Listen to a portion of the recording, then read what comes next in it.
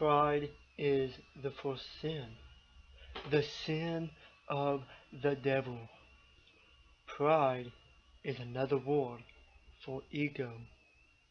Even the most spiritual being has ego, for he will always see himself as a different entity than his neighbor.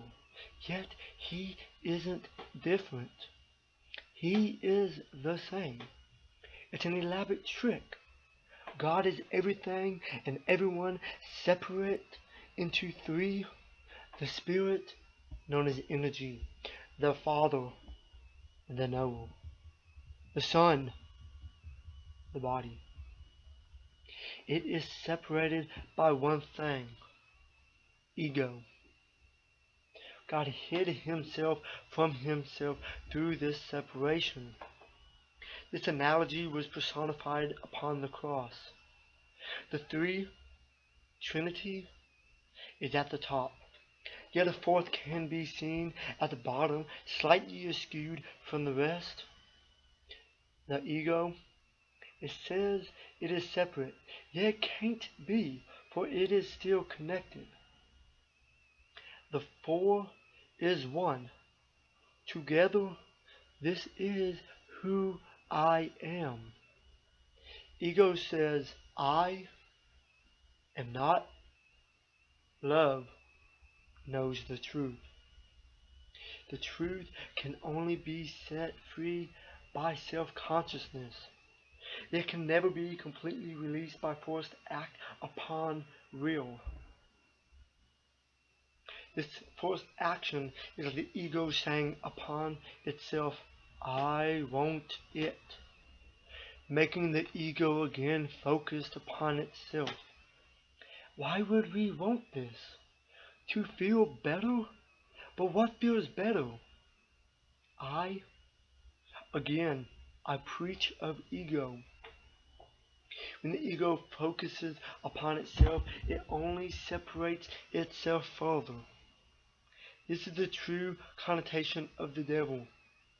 Too much of the ego.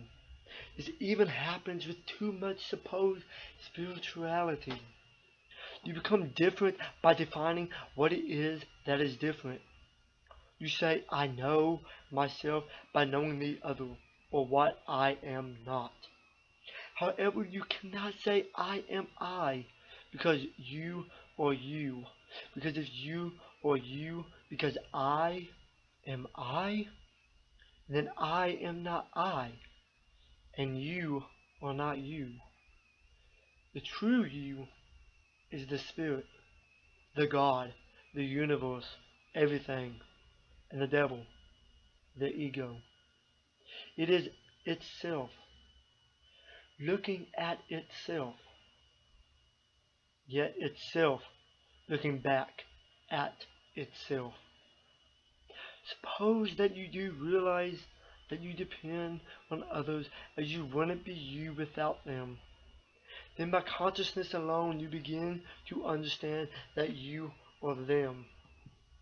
You begin to understand that you are the light and darkness, the angel and demon, the God and devil, dancing with itself to create a balance of love and selflessness, reason and passion, spirituality and sensuality, mysticism and materialism. Too much light, there would be no more I to say I. We would be but one. But we choose to create balance so we can be separated for a time being. Too much I, and as I've said before, we could only be too focused upon ourselves, separating ourselves farther and farther from each other. Therefore, the only thing we can do is to know and be rather than seek and become. This is the definition of true humanity. It is the definition of knowing one's self. This is the only way to save your soul, by having a deep consciousness understanding of this philosophy without seeking to remove any particular side, which is the light versus the darkness, or to become succumbed by either side either.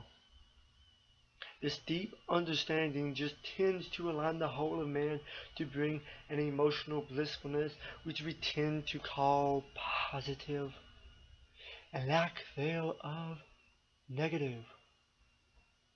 This whole analogy is to simply understand what we call the good and bad, God and devil, to break the curse that says that things are separate. However, think once more to how they could be. If we say God is not everything, but one particular thing, or almost everything, we still say that He is limited and not everything, everywhere, all-knowing, and thereof. It's no wonder man adulterizes and personifies with graven images.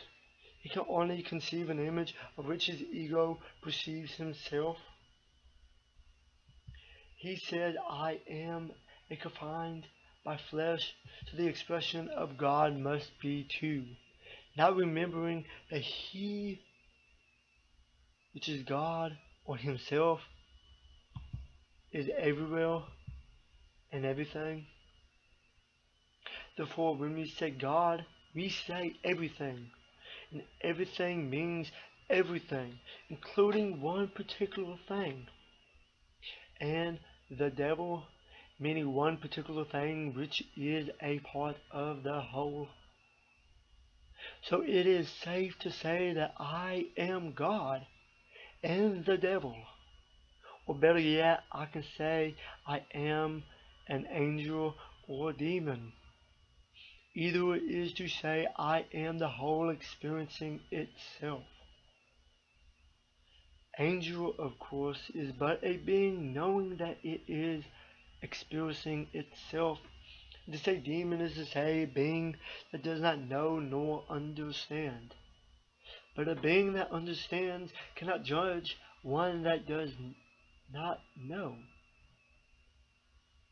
For the ego is strong in all, and though we see, we cannot fully be. So the ones that see is but in fascination with being, not one that fully becomes its full being. We only become our full being in death. But the death of you is the life of you, because you become the whole again until the whole says I once more. This is how we personified Christ. We say He beat death.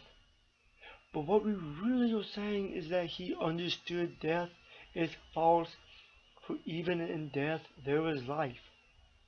He only had to show this by sacrificing His body, known as the ego. That's why we say He was tempted, because He was tempted to say that He is He, or He is His ego. But His understanding, or faith, defeated His illusion, which is sin. His faith allowed the sacrifice because He knew He could return back as the ego, formed to show that death is an illusion. Ego is an illusion, and what is true is everything. That's why we say the last great sacrifice, because the picture has now been shown to allow us to see without having to fully sacrifice ourselves. We only sacrifice our false understanding, to which we call sacrificing ourselves.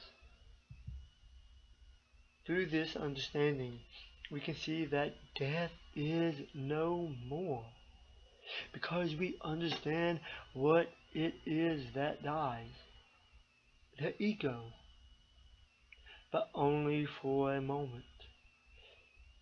Because Jesus is the personification of us as well. An ego that dies to become one with full being, which is everything. Or as you know it, God. May also be known as heaven. And yet, coming back to say, I once more. This is true for what you call hell or the devil in the opposite direction. It's a lack of understanding. The connectivity to the ego only sees itself and nothing of the other, to the point where there is nothing but I. Remember, however, that the ego is an illusion. Therefore, hell is only an illusion that doesn't understand the illusion, because it wishes to give into the illusion. Remember, I do not say overcome the illusion and release the ego altogether, because you still need to be you. If not, you wouldn't be. Simply know and be. As once stated, the simple knowing just tends to draw what we call the good or the positive, because it creates a blissful harmony of joy and happiness that understands the illusion. This so happens to create a harmonious response, since you understand that our supposed sin is but an adultery that follows the ego. For you have what you have, do what you do, flow as you flow, never dying, but living continuously as the whole and the ego. So all ego-cased imagery is you saying I, but in a different form. Like a neighbor saying I when he is you. In both senses, they may be different, but they cannot be separate, for you are it, experiencing itself in endless variety as everything and independently in a harmonious fashion. At the end, we live as both the ego and whole, laughing, dancing, loving, and playing in the midst of it all. This is not because we have to, but because the Spirit flows when the soul knows. Of course, I may see this, but I do not fully know, because I may only be dancing between my love for all and my ego. My ego may tell my love that it is everything to satisfy its feeling of loving everything, or my love for everything may be telling my ego to push itself aside to satisfy my ego to be everything. This is what it means to be truly human, though. To ask, who am I? And if you come to the conclusion that I am who I am, then you will see that we are the three layers, which is spirit, mind, and body, separate by the ego.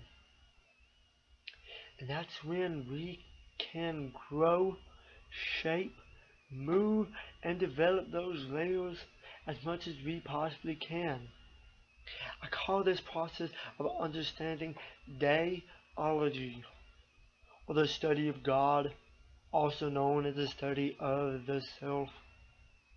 I have used an image of a demon with an angel heart to express this in an imagery form.